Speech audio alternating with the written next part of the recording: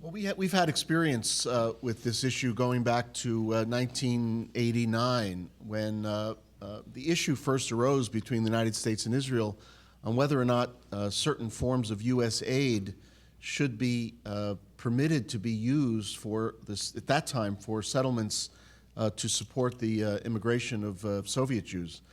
And the United States, after a prolonged period of some crisis in bilateral relations, developed mechanisms for ensuring that our money would not only be used for settlements, but that we could monitor the fungibility of money so that Israel would not put U.S. aid in one pocket and take money out of another pocket to pay for the settlements. We've never really enforced that agreement as tightly as we should. In the 1990s, as our study, the study that I mentioned earlier, indicated, there was such interest on the part of the Clinton administration to move forward in the peace process that there was very often a blind eye turned to settlement activity in the belief that if you reached an outcome of peace, the settlement issue would go away. Well, we didn't reach the outcome. The settlement issue simply intensified. And then during the Bush administration, not only did we turn a similar blind eye, but in fact, President Bush in 2004 allowed, as part of American policy, the idea that some heavily populated Israeli areas in the West Bank would be supported by the United States for retention by Israel, which Israel then interpreted as support for its retention of settlement blocks, and then unilaterally intensified building in those blocks, even though there had been no agreement on what the president had meant.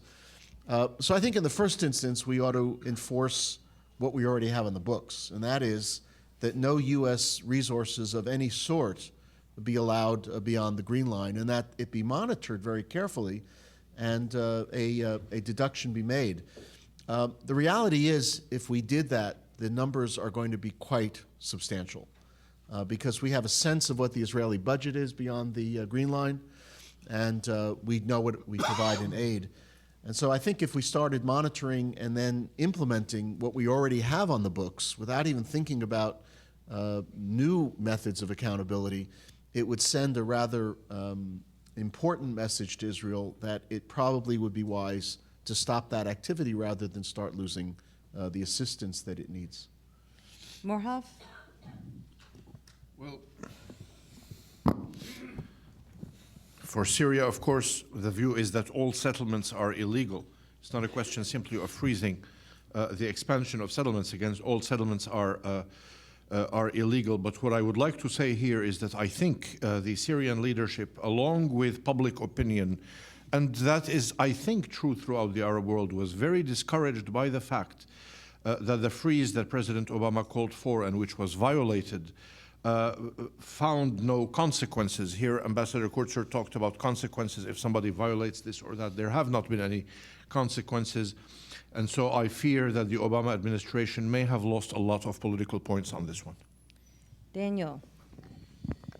Yeah, first of all, I'd really endorse that there should be an engagement with the groups that one isn't engaging with, including settlers. One can divide that constituency, and that will be an important part of getting a two-state deal.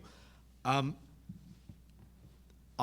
would say that one takes as a point of departure what Ambassador Kurtzer just said, and that the US support for Israel, which I'm a big supporter of, should draw the red line at the green line.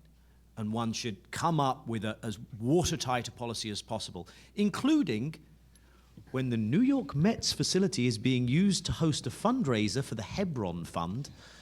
That kind of thing, those kind of organizations should not be allowed to raise money on a tax-deductible, charitable basis in the United States. So, I mean, I'd get that menu in place of what it means to draw a red line at the green line. But I would say this, there should be consequences, but I would go to the mats. Excuse me, Daniel. I said that for the Yankees. I was just going to say, you played right into the Yankee fan here. I would though, you see, on a settlement freeze, there can't be any flexibility. Anything beyond the green line is of the same status. When it comes to a border, as Dan suggested, you can have border swaps, you can have a one-to-one land exchange.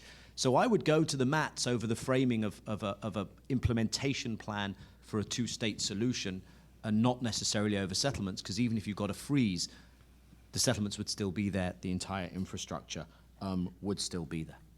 By the way, it's not just the US also. If Europe, in its association free trade agreement with Israel, has a set of policies regarding rules of origin of products from the settlements not coming under that free trade regime, that should also be implemented.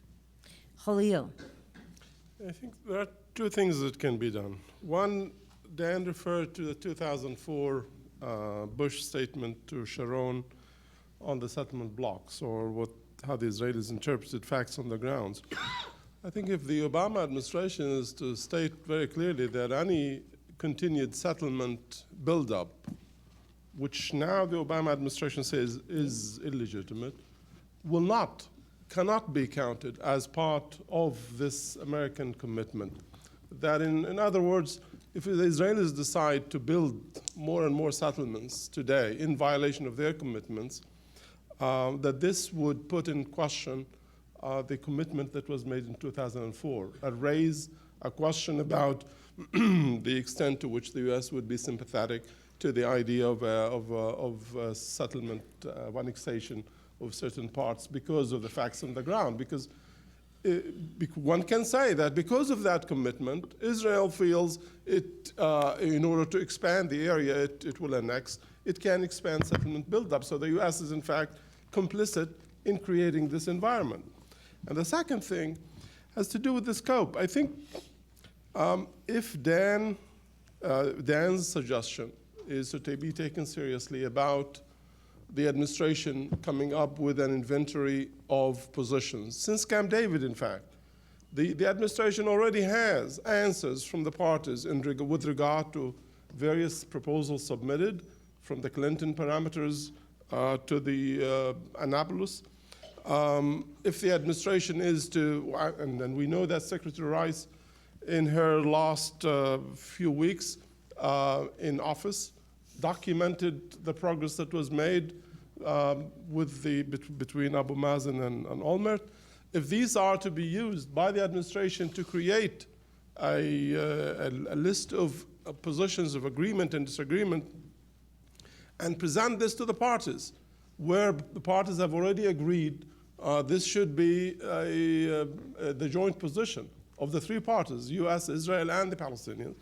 The areas where there are still gaps, the U.S. can, once the parties return to negotiations, provide bridging proposals if things are not moving forward. Now, if that is to happen, then the scope of what the issue of settlement buildup can become a much easier issue to deal with.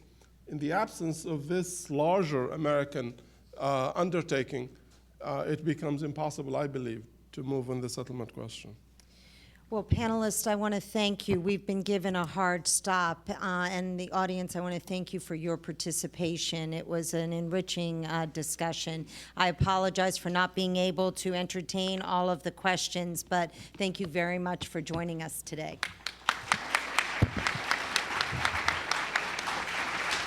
Thank you very much. On behalf of the Middle East Institute and the Board of Governors, thank you all for being very patient. I know you've been crowded together all day today.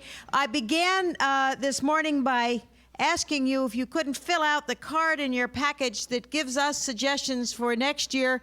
If I could remind you to do that before you leave and drop it off at the registration desk.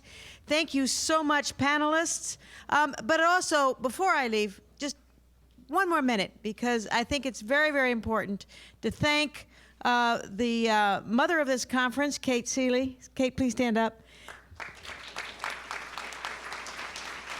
And the full staff of the Middle East Institute have been working on this conference and the dinner last night for months. And a particular thank you to our interns, who we really couldn't run the Institute without. Thank you all very, very much.